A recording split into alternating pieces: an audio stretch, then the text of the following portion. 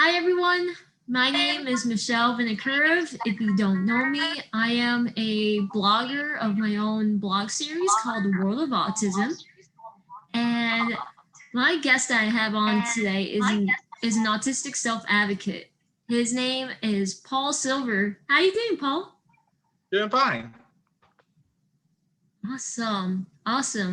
So let's get right into it. Can you tell a little bit about yourself as an autistic self-advocate? Well, I began my self advocacy when in 2013 when I saw a news report about Ava's Law. For those who don't live in Georgia, Ava's Law was the legislation, was a bill that was going through the state legislature for for autism insurance therapy, autism insurance for ABA therapy. I was like in an I was like gonna say this is an outrage, and then I decided to meet with Anna Bullard, who was the mother of Ava, who was the bill named after. And I told her, and I said, I can help you. I'm on this for myself. So fast forward to 2014, the bill was not passed, and I was invited to an event where for Autism Awareness Day, where several legislators are speaking, including the lieutenant governor. So I'm shaking the hands with the lieutenant governor, and someone says, "Paul, tell the lieutenant governor you're a super self-advocate." I was like looking around, saying, "You're talking about me?" Because I never associated myself as a self-advocate before that. My parents and my teacher said you always have to self-advocate for yourself. So coming back to that meeting with the lieutenant governor and some of the key legislators at that Autism Awareness Day, um, I said I could see how this works because I had a love for politics. The the So the bill finally passed a year later in 2015. I was there when the then governor, signed it, and I felt like I could do something with this, inspire people, the next generation of autistics to speak out for themselves. Absolutely, and that honestly, being a self advocate can apply to anything from the legislative level to even like a personal level. Where let's Mm-hmm. I was actually let's actually transition right into where I have heard about with you with graduating soon from college, correct? Correct. I finally graduated from Herzing University. I'm going to get a diploma in medical coding and billing. Wow, that's amazing! Congrats. Thank you. So classes ended about a week before Labor Day.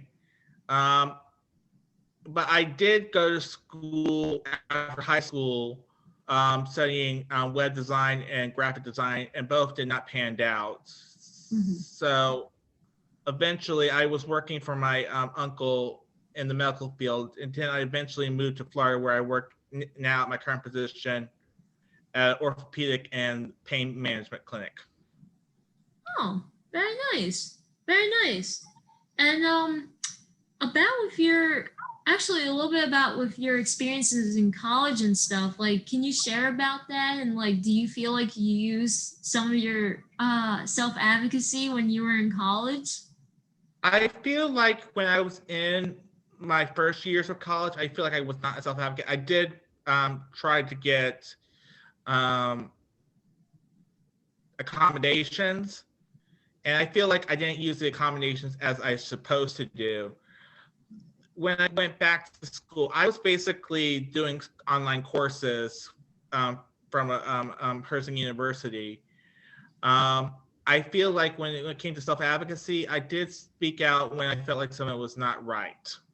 Like if I feel like it's not like a grade, I know that like a question I got wrong that was supposed to be correct, I could email my teacher. My teacher could look at it and say if it's right or wrong. Right, right. For me, like you're not alone when it comes to with the online, especially with online classes, because that's what my college is that I'm in right now is a fully online college, and my degree is like fully online. So when it comes to with just applying any skills in regards to self advocacy and everything, it's about with speaking out in terms of like yeah, like you said, we're trying to fix a grade because of a test question that, you know, that wasn't right. Or even with assignments, like getting the clarification. That's also another way. And just for anybody, any tips for anybody in regards with college that with getting, with always asking questions and clarifying if something doesn't seem right. And that's a Right. really big important thing. And as well as you pointed out about with the accommodations and modifications, for me, I mine reduced over the years. Like when I was in my community college, I was using them. I had a lot more in my community college than I do now because I felt like, to me, I felt like I didn't really need to use as much. The only thing I'm not sure with you, if you had extended time on I assignments did that or thing. That was one exams. of the major, that's a major thing. Like one of my last course assignments, they had like a pre-test and it was timed, Mhm. and I have not studied for. I'm gonna freak out. So I emailed and I noticed that they said this was the amount of time I got the same amount of time. So I emailed my teacher saying I'm had accommodations and I'm supposed to get extended time. And she said, when you get the post because that's your final, you will get the extended time because it's going to be the same type of format. And I said, okay, I'm fine with that. And then eventually they excused the grade because they figured out the pretest was not the great good way because it downgraded everybody's grade, not just mine. Um, then when I took the pretest, it was like the test was supposed to be 4 hours long. When I took the post test, it was like probably like less than 6 hours. I would say like a good 5 hours and 30 minutes. And I did a lot. I think I did a little better than I did on my on my press. Right. Yeah, that can happen too. Like, for me, I felt like with the more time that I get extended, I feel like I have less anxiety knowing that like I could take the time to really process the Mm-hmm. questions. Not sure if Mm-hmm. you felt the same way when it I comes felt to. like if like when I also went to the pretest, the clock was there. Even though if I scroll down, I can still see the clock. When I did the post test, the clock was just at the top, and if I scroll down, I couldn't see the clock. So that helped. So I think like not focusing on the clock and focus on your test helps as well. Oh yeah, exactly. Exactly. I know with my college, like I always, with every exam I've had, there was always a clock there, but I try to ignore it because you know what, I already know I have. I also recommend put a sticky note on your screen if that has to happen if you have to do it. That's a good tip. That is a good tip too. That's me Yeah. with using a sticky note just to block off the time. Yeah. Yeah. I definitely know what that's like. I definitely know what that's like. Um, was there any other like strategies that like or things experiences that have worked out for you and what's like what has worked for you in college and what has not? I think when it's not helpful is when you can't get along with the professor. There was like one time in one of my classes, one of the Jason's instructors was my instructor, and I'm feeling like I can't get this right. And this is towards the end when I finally said enough is enough with my schooling in early. The teacher was strict and like if you dawdle on the class it wasn't working, and I felt like I was not getting the course right, so I felt like I had enough of the course because I was already not succeeding in the curriculum of the major, and I said enough is enough, and I decided I dropped the classes and changed my major. It was like one of those type of straws. that I Oh, felt like I couldn't take it anymore of this. hmm. That's interesting because, like, for me, when it came to experience of having a not so great professor, That was one of the extreme examples. I just right? felt like, yeah. Yeah. But just to share a little bit of my own personal experience of a not so great professor, it was my ethics professor back in my community college that I got my associate's degree from, and this professor would not be so accommodating of my of my of what I'm supposed to have accommodations for, Mm-hmm. which is, it's kind of going against anything that, what a college is supposed to follow, Mm-hmm. you know. And Yeah. just with, yeah. So that's where I was like, you know what? I don't know if you ever used this tool before. I use this tool. It's called Rate My Professor. Yeah, I have seen it before. I've I used it. the school asked you to do it in a course survey at my last at Herzing. Mhm. Well, I didn't have like a face to face session. I had Zoom meetings with my teachers, but you just can't get a full realization of a real face to face classroom through Zoom, if you know what I mean. Right. That The makes teachers, sense. yeah, because the teacher's there to instruct you. Now you can ask questions and stuff like that, but you're basically, if you have another commitment, like I have, like some of the Zoom meetings were like during the day. I'm at work, so I can't ask my questions unless I email the teacher. If it's on the spot, that's more like it. That's what I like. It's like on the spot. Like I could ask my question right there Right. if I had any questions. Yeah, that's honestly a lot of what my online colleges today for my bachelor's degree is a lot like that, because it's more of where, like, and even actually my classes are live online, like through it's not through Zoom, it's called Brightspace. That's what they use. But Well, my it's school use a program called Canvas, and then there'll be a Zoom link to the teacher, oh and like what we're doing right now. For the students yeah, that miss the sessions. right. That Yeah, the teachers were accommodating. I got good responses. I think the only time I had a trouble with a response with a teacher was not follow the teacher around because she lived in Texas and it was during when they had a terrible ice storm. So oof. I had to say okay, now I understand why she was not getting back to me because I didn't know she lived in Texas. Yeah, that's like my professors, because in my online college professors are all over the world. So yeah, Yeah, so it could yeah. be that's the Like my first teacher was like in New Mexico, and I mhm. think some of them were like somewhere in the New England area. Yeah, yeah.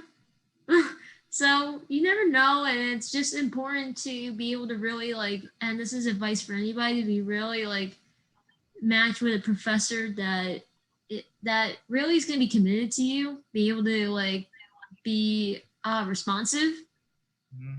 It's so important, very Okay. important.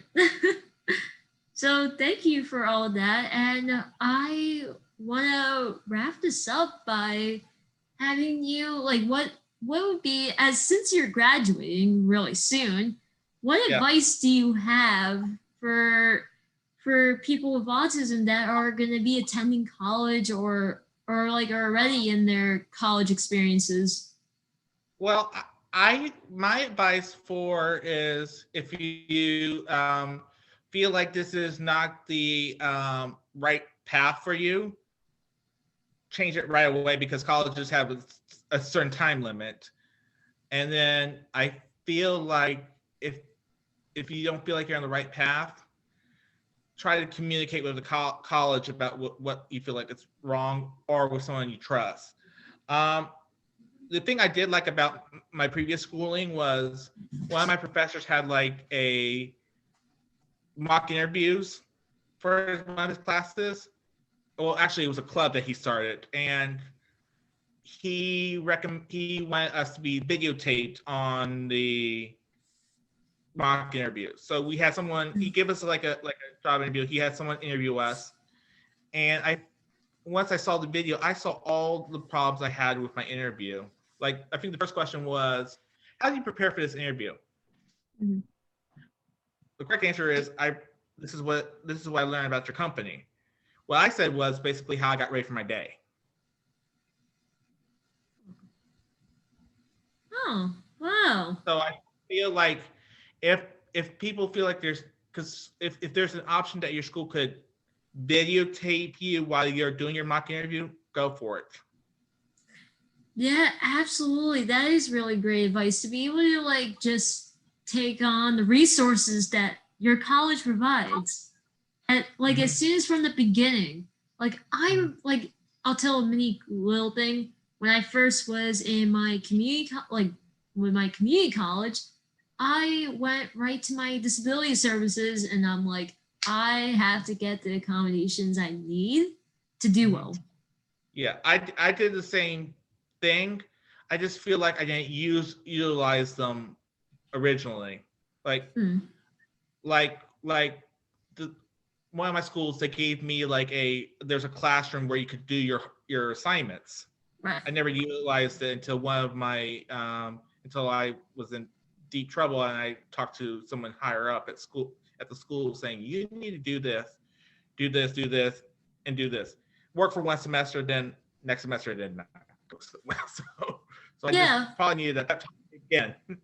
But still, it's just a matter of like just to have them as it is. So that way you're not worrying about it later on. And I think it's important for anybody to like to utilize any resources sooner than later. Like, yeah, it might not work at one point, but it might actually work at another. Like, if it might not work for one class, it might end up working well for another class.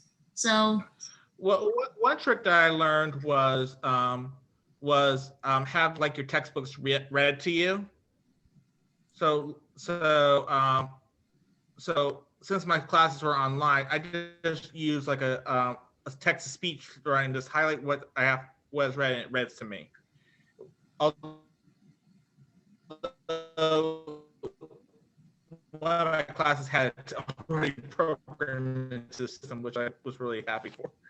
Other classes I had to use a text to speech thing to read to me. Oh, interesting. And did that work out for you? Like, did that help you a lot?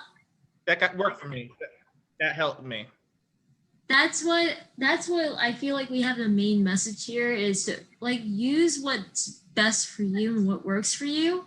It's not gonna work like all the time, but to be able to build on those strategies is so important to be able to do well in college, and it shows for you. Like you did really well during college, which is awesome. So glad that to hear about with your experiences and stuff with everything, Paul, and like to know about with a little of your journey as a self-advocate and great advice that you shared about with doing well in college. So thank you, Paul.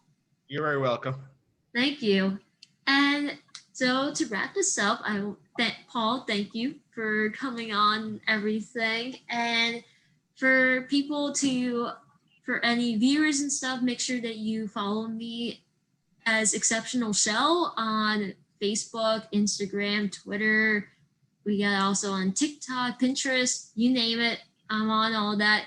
And you can also check out the World of Autism as a website. So thank you and have a great day. You too.